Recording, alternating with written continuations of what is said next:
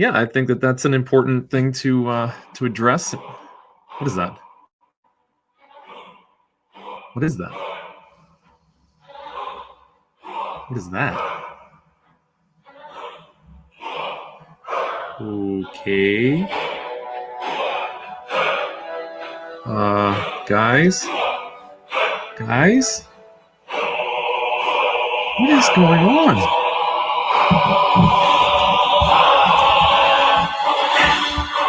What?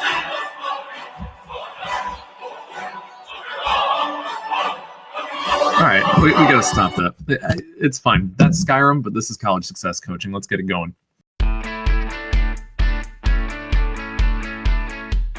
It's very important that I start some things off with Skyrim because it is involved with some of the other parts of today's program, and it's also important to know your video games. So we are going to be discussing some fantastic things this week, but first we have to talk about the mug of the week. This week, the mug looks plain, but really, it is a coffee mug that is epic, so it's been upgraded. Damage 1, weight 0.5, value 18, and it's especially effective against sleepiness. Well, let's see if it's any good when it's epic.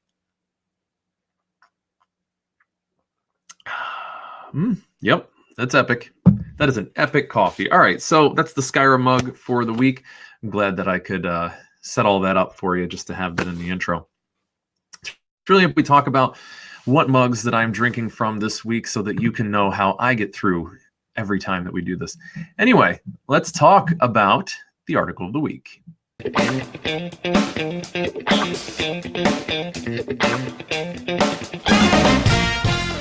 This week's article, we talk about a surprising secret.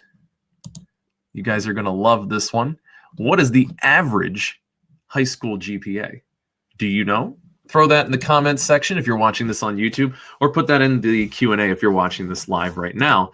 I'd love to know what everybody thinks the average GPA is in high school. Now, this is the national average. This is not just like, in general, people who go to school. This is not the average at your state or at your high school. This is not having an average GPA. This is what is the average GPA that students across the country have. Because that's how we're going to get started with the article. 2.0? No. Is that your GPA? That's not your GPA. 3.0? Okay. 3.35476. That is very specific. Yeah, okay, let's just get into it. It's close. We're hitting around the threes. So anyway, what's the average high school GPA? This is from Prep Scholar, and this is posted by Samantha Lindsay. Samantha Lindsay is a fantastic person, actually. If you look down at her bio in this article, and again, I will post the link to the article in the YouTube video in the description, and you can always go and check that out even if you are on the live stream. But Samantha is somebody who's done okay at school. She's passionate about art and graduated with honors from Dartmouth College as a studio art major in 2014. In high school, she earned a 2,400 on the SAT. At that time, it was out of 2,400, not what you can get now is 1,600. And she got 5s on all 7 of her AP tests and was named a National Merit Scholar. So Miss Lindsay knows what she's talking about. And I really like this article because it breaks things down well. There are a couple of things we're going to skip in here because they're kind of nonsense and I don't want to get into demographics. But I am going to talk about what that means for us. Nearly all high school students have at some point wondered whether their GPAs are good or not. One way of knowing is to look at the national averages. What is the average high school GPA? We asked that already.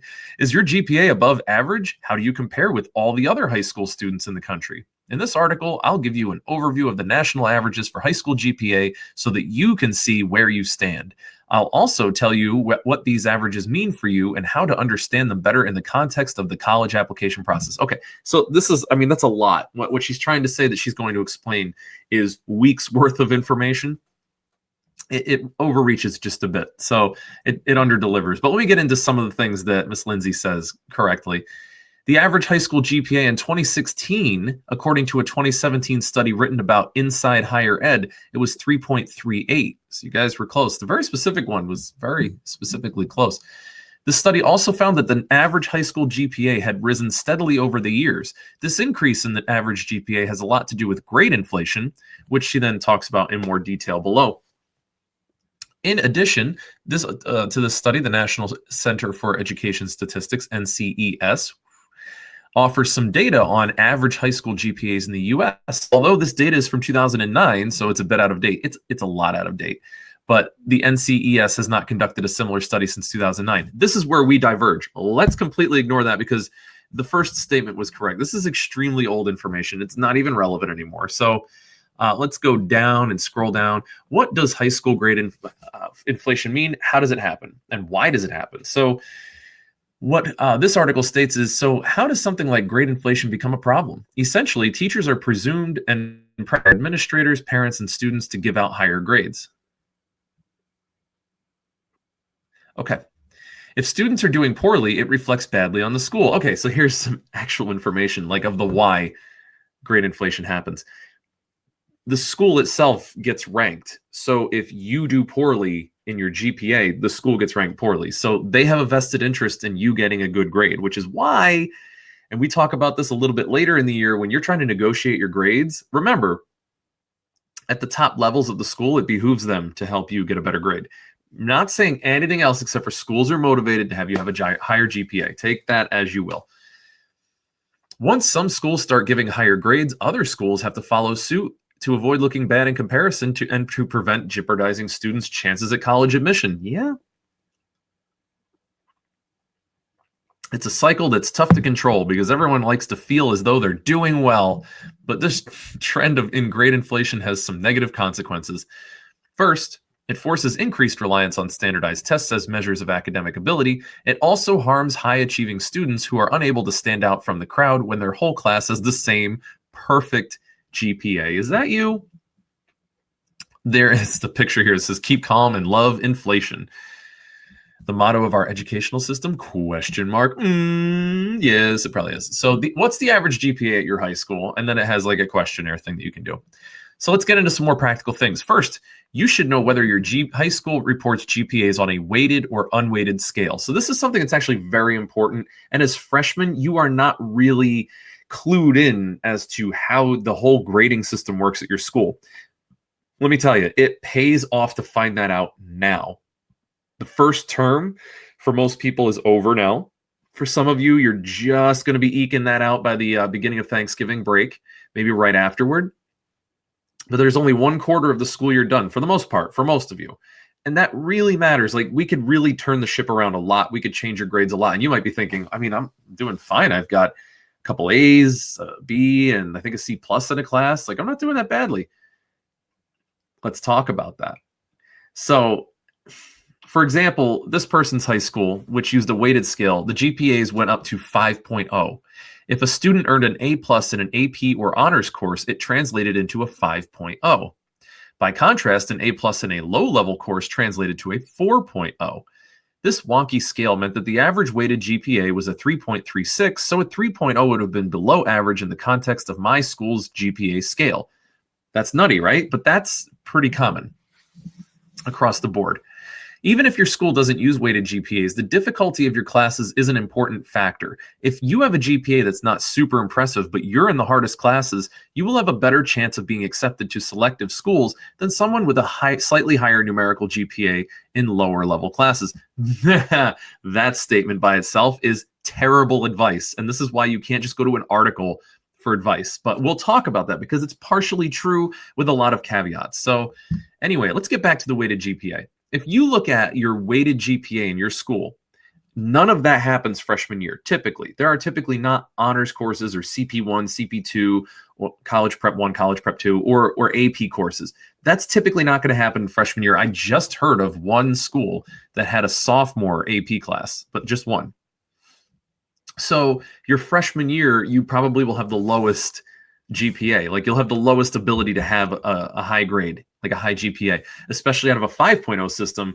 If the best you can do is a 4.0 in the beginning of your high school education, it makes it a lot harder for you to do better during the rest of the years that you're there in terms of getting it above a 4.0. So, I do want to break this down and be more specific. You could have an A right now in Algebra 2 or whatever, like the hardest class you can have, it's still at a 4.0. Now, next year, if you had an AP course or an honors course or a College Prep 1, College Prep 2 course, it could make it so that it could be a 4.25 if you had an A+, or a 4.5 or 4.75 or a 5.0. So the best you can do now is a whole point lower than next year. Now, this works in your favor, obviously, because this also means that even if you had like a 3.7, if you had a 4.5 GPA next year, the year after, you could probably get it to around a 4.0 total. And some people think, well, that's fine. All you need is a 4.0, and then you can get a 1600 on your SAT, and you'll be able to go right to any college that you want. That's not necessarily true, and that's sort of what was just hinted at, is that the difficulty of the classes matter. But also remember, if you're not taking APs and you're not taking any honors courses, you are at a huge grade disadvantage, because that means the highest you can get is a 4.0. So let's do some simple math. Let's just say you had a 2.0 coming out of freshman year in high school. Then you go into sophomore year and you got a 4.0.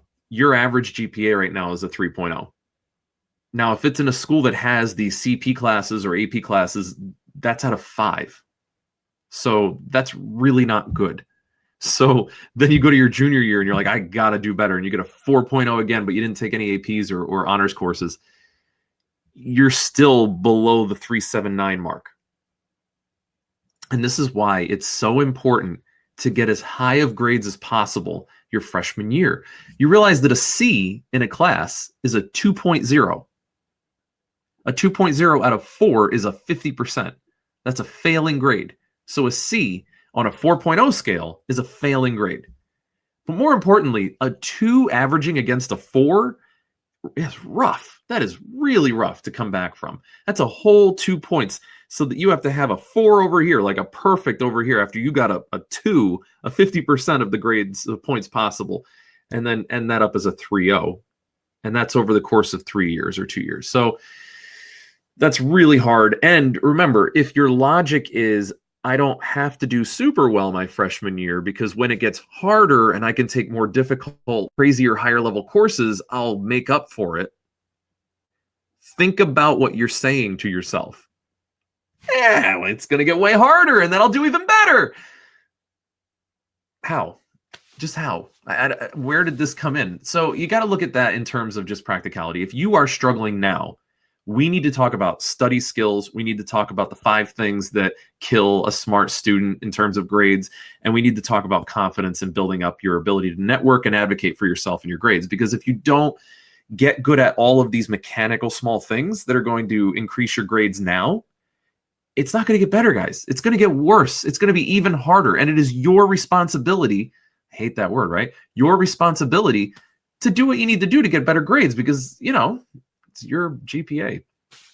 Anyway, let's keep going. I want to talk more about the difficulty, and we talk about it more in this article, but I just want to get through this. So what's the average GPA for college admission? This one I love too. This is very important information. The most important average that you should take into account is the average GPA of admitted students to colleges that interest you. To find the average GPA for a college, Google whatever your school name is, Prep Scholar, PREPSCHOLAR, Prep Scholar, all one word.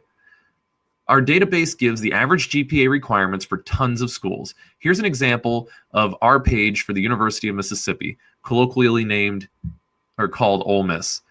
If you want to go to Mississippi, you need to know the average GPA of people who are admitted to that school is 3.54. 3.54.